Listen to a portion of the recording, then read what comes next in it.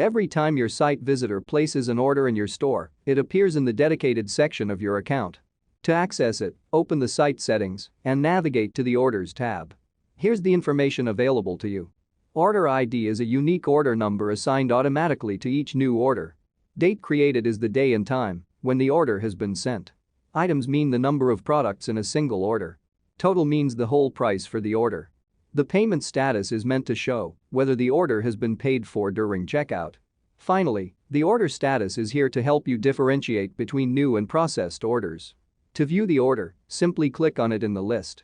Now, here's what the order looks like from the inside. To the right, there is client contact info that you can use to get in touch with your customers. As you discuss the order with your customer, you may need to make some changes to it. This is the products part, where you can change their quantity or remove them completely. Besides, in certain situations you may even upsell. Simply click on the relevant button and add more products to the order.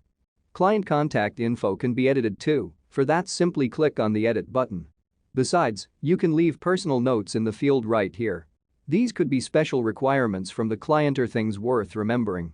As you process the order, change its status for a better idea of which stage it's on. If you have multiple orders, statuses help focus attention on the most important ones.